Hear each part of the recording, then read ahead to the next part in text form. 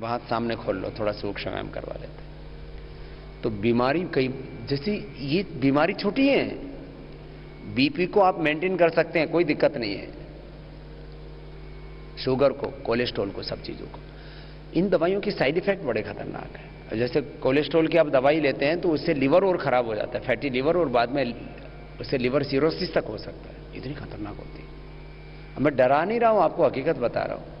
और देखो, सामान्य रोगों से लेकर के हमने जेनेटिक रोग, ये बड़ी बात थी। Genetic BP, genetic sugar, genetic arthritis, ये तक ठीक किया है। जेनेटिक कैंसर,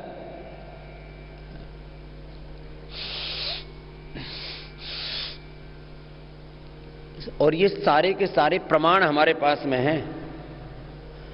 अंग्रेजी में प्रमाण को बोला जाता है एविडेंस।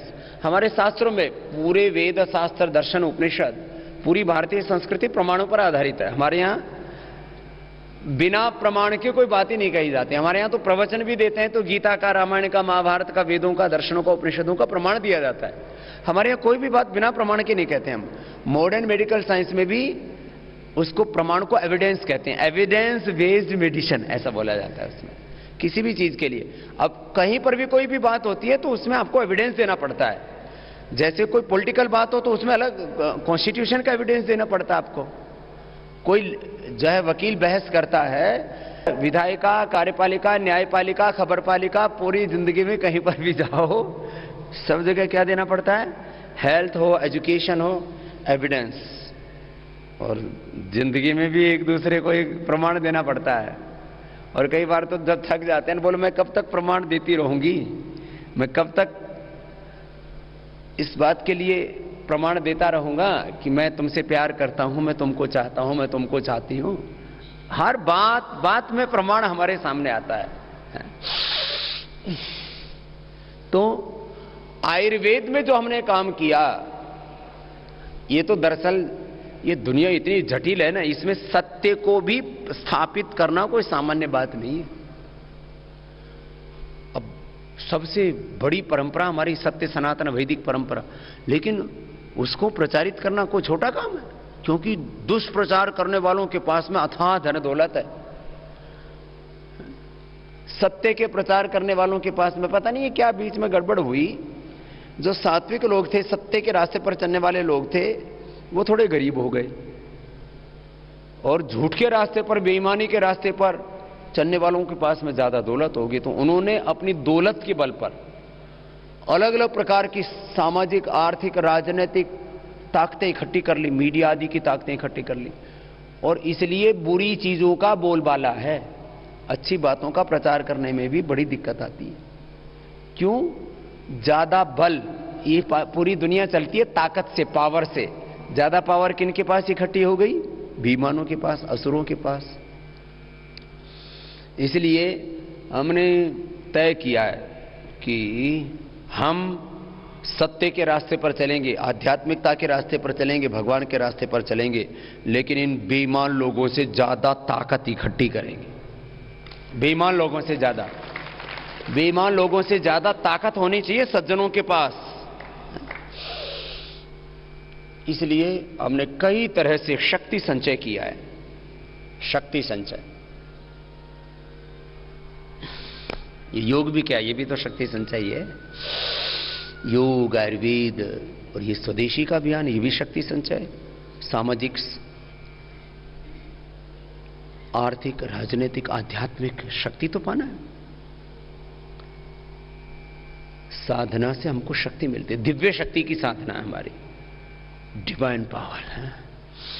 तो मैं अब आपको योग का के साथ साथ आयुर्वेद का जो हमने प्रचार किया और उसको तथ्य बताता हूं। सृष्टि के आदिकाल से ही परमात्मा ने हमको बहुत प्रकार की औषधियां दी हुई है। हमें उनका ज्ञान नहीं था, बस हमने इतना काम किया, हमने उनका ज्ञान करवाया। जैसे डेंगू से, स्वाइन फ्लू से, चिकनगुनिया से एक आदमी भी नहीं मर सकता, क्योंकि गिलोय है। पूरे वर्ल्ड में हर साल करोड़ों लोग मरते हैं स्वाइन फ्लू, डेंगू, चिकनगुनिया आदि से। अब डेंगू का कोई इलाज ही नहीं है ना। पैर सामने खोल, थोड़ा सूक्ष्म है। किसी भी डॉक्टर से आप पूछिए वो एक ही बात कहेगा, डेंगू में आदमी मरता कैसे है। मैं कह रहा था ना, कोई रोग ज्यादा बढ़ जाता है, अब डेंगू हो गया, डेंगू से मर गया, क्यों मरा, प्लेटलेट घट गए, प्लेटलेट चढ़ाए तो वो बॉडी रेस्पॉन्ड ही नहीं करी, प्लेटलेट चढ़ाते ही फिर डाउन आ गए। 3 से 4 लाख के बीच होनी चाहिए, वो 3000 तक आ जाते हैं लोगों के। प्लेटलेट चढ़ाए फिर गिर गए, फिर चढ़ाए फिर गिर गए, रोगी खत्म। यह हालत हो जाती है।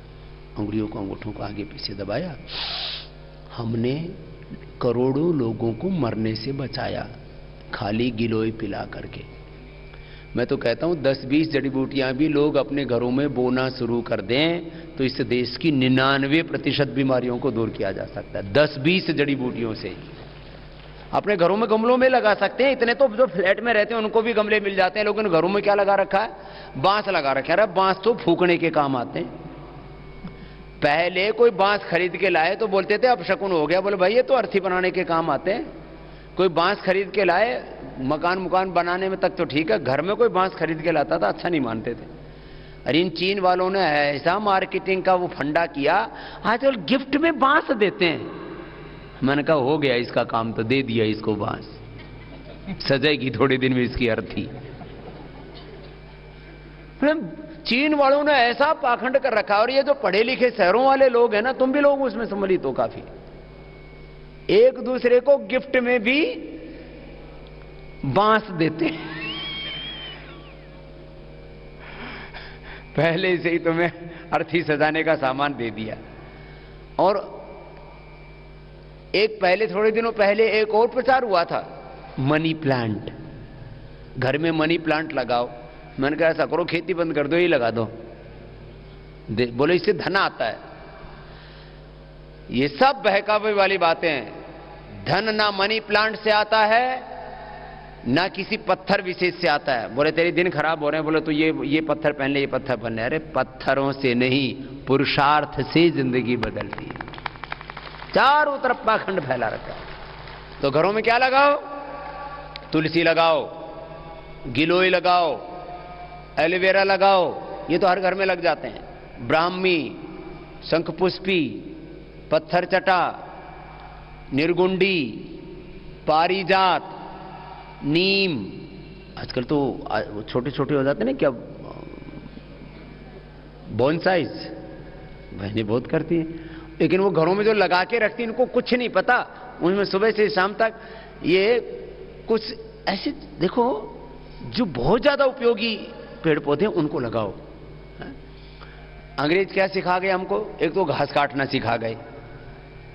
जितने भी अमीर लोग हैं 10-20 फीट का एक घास का कारपेट जरूर रखेंगे। वो सैटरडे संडे को खाली होते थे, उनको कोई काम तो घास काटते हैं। अभी भी मैं देखता हूं विदेशों में वो अपने आप काटते हैं, उनके नौकर चाकर नहीं होते। तुम लोग भी वही घास काटने का काम करें अपने घरों में। जहां थोड़ी सी भी जगह है वहां पर जड़ी बूटियां लगाओ। और यदि 10-20 फीट की जगह है तो वहां पर लौकी तोरी लगा दो, इतनी हो जाएंगे, तुम्हारे पड़ोसी भी खाएंगे और तुम्हें दुआ देंगे और तुम जहर खाने से बच जाओगी। ऑर्गेनिक के चक्कर में कितनी महंगी महंगी साग सब्जियां खरीद के लाते हो। और जिनको नीचे जगह नहीं मिलती, कोई फ्लैटों में रहता है, सबसे ऊपर वाली छत यदि खाली है तो उसके ऊपर ही लगा दो, छत के ऊपर लौकी लगा दो, तोरई लगा दो, टमाटर लगा दो, मटर लगा दो। ये आइडिया है एक हेल्दी लाइफ जीने का। गिलोय, तुलसी, नीम, एलोवेरा, ब्राह्मी, पत्थर चटा, ऐसी औषधियां हैं, इनको लगाओ, इनकी बड़ी महिमा है, बहुत जबरदस्त फायदा हो। हम आपको 2-3 औषधियां ऐसी बता देता हूं जो अपने घरों में आप लगा लेंगे ना तो आपके घरों में 99% बीमारियां नहीं होंगी। कोई बड़ी बड़ी बीमारी हो जाए तो थोड़ा बहुत सहयोग ले लेना। गिलोय रोज पीना चाहिए हर घर में। जिस घर में गिलोय पिया जाएगा उस घर में कभी भी swine flu, dengue, chikungunya, malaria, कोई बुखार आदि नहीं होगा। उस घर में कभी सर्दी जुकाम भी नहीं होगा। प्लेटलेट कम होना एक बहुत बड़ी समस्या, और उससे कई बार बिना डेंगू के भी ऐसे भी माताओं बहनों का प्लेटलेट कम हो जाता है। उनके शरीर में फिर कहीं ऐसे कोई थोड़ा ऐसे आपस में मजाक में थोड़ी चुटकी मार लें या कैसे चोट भी लग जाए तो नीला नीला निशान पड़ जाता है, फिर वो जाता ही नहीं है। प्लेटलेट कम होने से इतनी ब्लीडिंग हो जाती है, आदमी रात को सोया और सुबह उठ ही नहीं पाता है, सोते सोते मौत हो जाती है, इतनी ब्लीडिंग हो जाती है प्लेटलेट कम होने से। ब्रेन से, हार्ट से, लीवर से, आंतों से, पूरे शरीर से ब्लीडिंग हो जाती है, आदमी मर जाता है, यह हालत होती है। तो गिलोय डेंगू के लिए, स्वाइन फ्लू के लिए, सर्दी जुकाम बुखार के लिए, इम्यूनिटी पावर बढ़ानी है, इम्यून सिस्टम को स्ट्रॉन्ग करने के नाम पर कितने देश में हजारों लाखों करोड़ रुपए की दवाइयां और बकवास चीजें बिक रही हैं।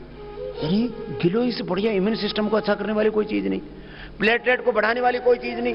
और मोटापा के लिए रामबाण है ये, गिलोय पियो, अमृता है ये, पतली भी हो जाओगी और बीमारी से नहीं मरोगी। अमृता, अमृत फल है ये, अमृता नाम है इसका। मोटापा के लिए, शुगर के लिए, हाँ, और स्किन डिजीज के लिए इतना जबरदस्त है गिलोय का सेवन। गिलोय पियो, तुलसी खाओ, गिलोय तुलसी रोज लो और 2-3 पत्ते नीम के चबा लो, सारा शरीर शुद्ध रहेगा।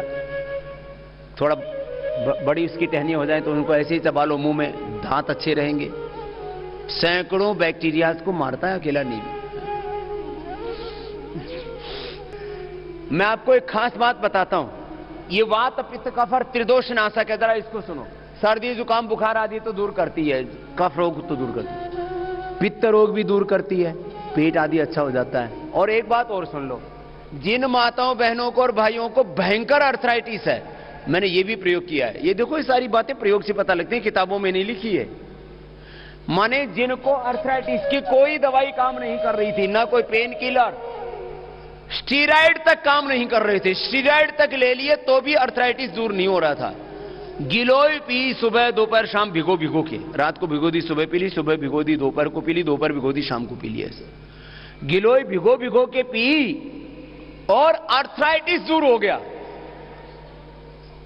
गिलोय गर्म नहीं होती है ना कोई, ये खास बात यही है इसमें। कोई भी चीज ना, कोई चीज बहुत ठंडी होती है, जैसे लौकी बहुत ठंडी होती है, जैसे काली मिर्च लौंग आदि गर्म होती हैं, कोई चीज कफ आदि करती हैं, कोई ऐसी भी चीजें होती हैं, कोई चीज पित्त गर्मी बढ़ा देती हैं, ये गिलोय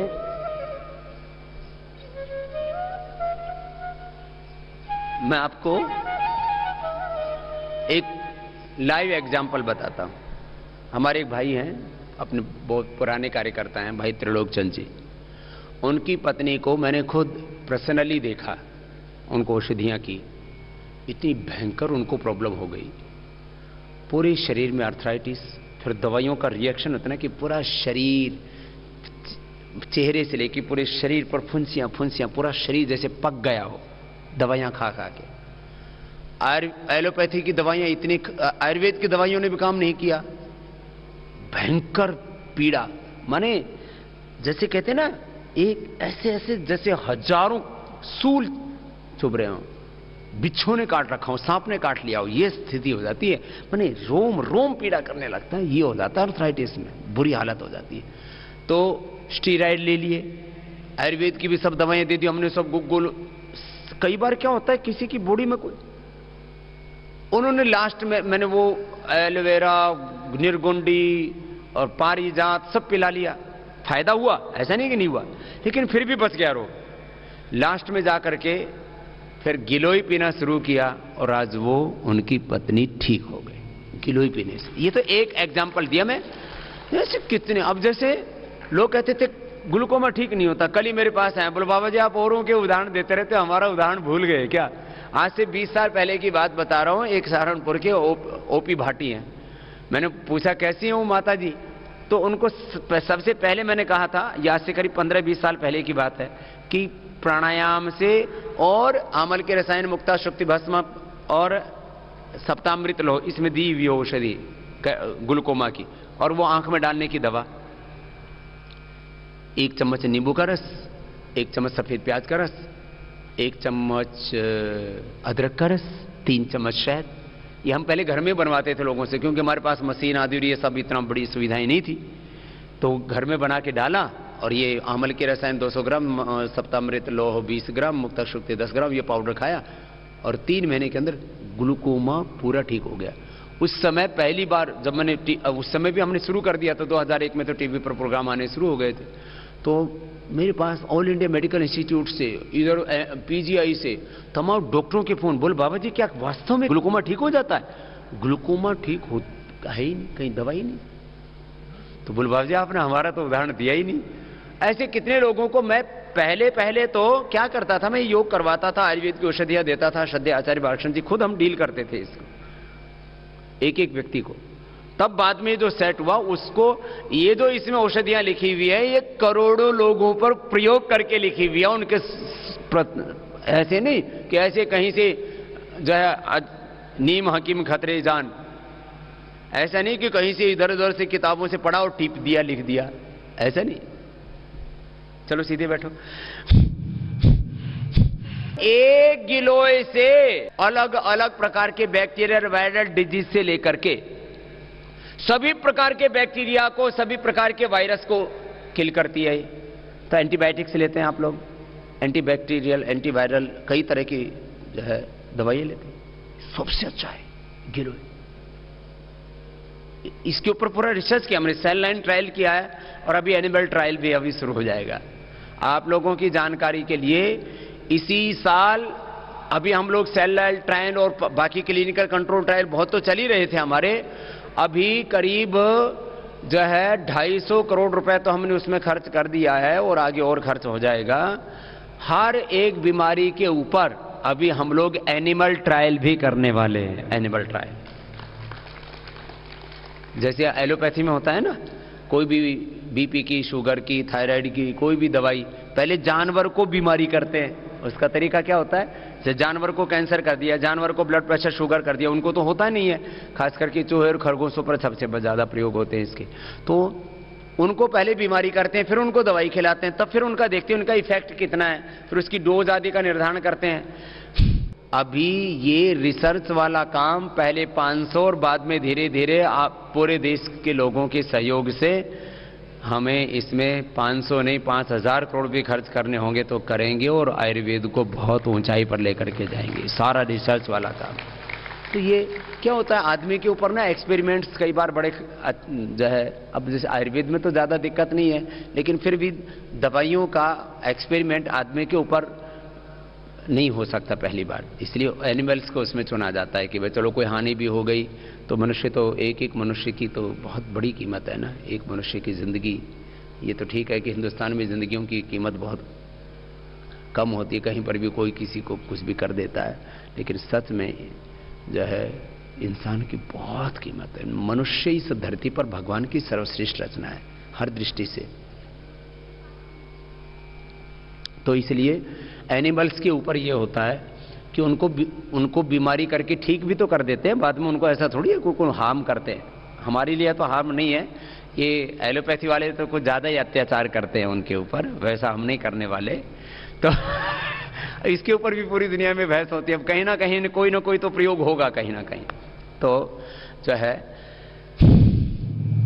हम उसको दवाई दे करके फिर वापस ठीक कर देते हैं, ठीक ठाक करके छोड़ देते हैं फिर उसको। और खैर अब ये एक दूसरा विषय आ जाएगा। तो एनिमल ट्रायल से लेकर के सारे ट्रायल ये सब कर रहे हैं।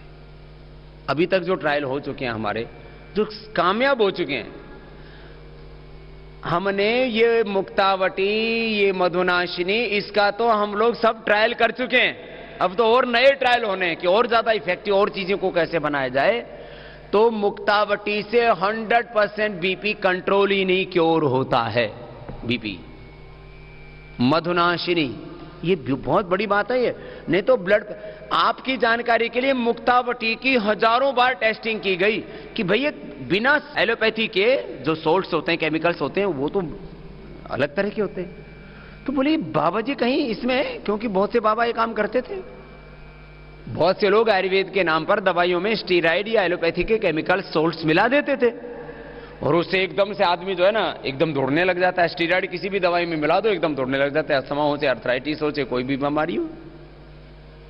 तो ये सोचते थे ब्लड प्रेशर की दवाई आयुर्वेद में पहली बार लोगों ने सुनी। उच्च रक्तचाप नाम का निर्देश ही नहीं है हमारे शास्त्रों में, मैं गारंटी से बोलता हूं, पूरी शास्त्र पढ़ लो आप। उच्च रक्तचाप नाम की अंग्रेजी से संस्कृत में अनुवाद किया, उच्च रक्तचाप, हाई ब्लड प्रेशर। हाई माने उच्च, रक्त माने ब्लड माने रक्त, और प्रेशर माने चाप। उच्च रक्तचाप, हाई ब्लड प्रेशर, ऐसा उसका हिंदी में संस्कृत में अनुवाद कर दिया। शास्त्र में ये रोग ही नहीं है। पहले लोगों को ब्लड प्रेशर होता ही नहीं था, तो आयुर्वेद में उसका निर्देश ही नहीं था, तो हमने उसके लिए औषधियों की फिर खोजबीन शुरू की, और ये इंट्यूशंस के आधार पर ये चीजें निकली हैं। मैं आपको बात बताता हूं, जो हम कहते हैं ना योग करने से डिवाइन इंट्यूशंस होते हैं। तो ब्लड प्रेशर क्योर हो जाता है, और खास करके जिनको किडनी की प्रॉब्लम होती है और कई क्रिटिकल प्रॉब्लम होती है, उनका तो ब्लड प्रेशर बहुत अनियंत्रित होता है, उनका भी ब्लड प्रेशर ठीक हो जाता है। इतना जबरदस्त इसका लाभ है। चलो सीधे बैठो, थोड़ी देर कपालभाति कर लो। आज पहले प्राणायाम करा रहे हैं, औषधियों के बारे में मूल निर्देश अभी दे रहे हैं। तो करोड़ों लोगों का हमने ब्लड प्रेशर ठीक कर दिया है प्राणायाम करवा करके, और वैसे बिना मुक्तावटी के लोगों ने कपालभाति आराम से की, अनुलोम विलोम भ्रामरी उद्गीत, ये 3 प्राणायाम बहुत जरूरी है ब्लड प्रेशर के लिए। लौकी का जूस पिलाया, लौकी में आंवला और मिला दो तो और ज्यादा इफेक्टिव हो जाता है। लौकी आंवले का जूस पिलाया, 1 सप्ताह के अंदर ही ब्लड प्रेशर की गोली बंद हो गई। बीपी की गोली खाते थे तो बीपी डाउन जाने लग गया, तो बीपी की गोली बंद करनी पड़ी, डॉक्टर्स की बंद करवाई हमने। यही आपने सुना होगा कितने डॉक्टर्स, सीनियर डॉक्टर्स, उनको भी ब्लड प्रेशर हो गया था, उन्होंने भी प्राणायाम किया, लौकी का प्रयोग किया, बीपी क्योर हो गया। कितने तो जो एलोपैथी एमबीबीएस जो कॉलेज हैं, उनके प्रिंसिपल्स, जयपुर के कई प्रिंसिपल्स ने आकर तो अपने शिविरों में बोले जी मैं तो जो है 10 साल से 15 साल से मुझे खुद ब्लड प्रेशर था। मेरी पत्नी ने कहा एक बार जो बाबा जी कह रहे हैं अनुलोम विलोम भ्रामरी उद्गीत आदि प्राणायाम करके देख लो, लौकी पी के देख लो, ठीक हो जाए तो ठीक है। वो ठीक हो गया। हमने डॉक्टर्स का बीपी क्योर किया। डायबिटीज के पेशेंट नॉन डायबिटिक हो जाते हैं, प्राणायाम किया, मधुनाशिनी का सेवन कराया, खीरा करेला टमाटर का जूस पिलाया और गिलोय का सेवन करवा दिया। डायबिटीज के पेशेंट नॉन डायबिटिक हो गए, और जिनको 50-50, 100-100 यूनिट इंसुलिन लगाना पड़ता था, उनका वो छूट गया। अब अगला कैंप में यहां डायबिटीज के लिए रखने वाला हूं, फिर बीपी के लिए रखने वाला हूं। उससे क्या होता है, वो एक तरह की प्रैक्टिस कराने में सुविधा रहती है। अब जैसे मोटापा वालों को पूरा दबा करके मैं करवाता हूं, अब इतनी प्रैक्टिस यदि हार्ट पेशेंट्स हैं, जिनको बहुत ज्यादा ब्लड प्रेशर है, बहुत ज्यादा हाई शुगर है, उनको करवा दो तो बेहोश हो जाएंगे, फेंट हो जाएंगे, गिर जाएंगे। इसलिए अलग अलग चुना है। अब इससे आगे हम रेसिडेंशियल कैंप्स में मैं आपको यही प्रमाण दूंगा, 99% लोगों की हम 7 दिन के अंदर ब्लड प्रेशर की गोलियां छुड़वा देते हैं, 7 दिन के अंदर।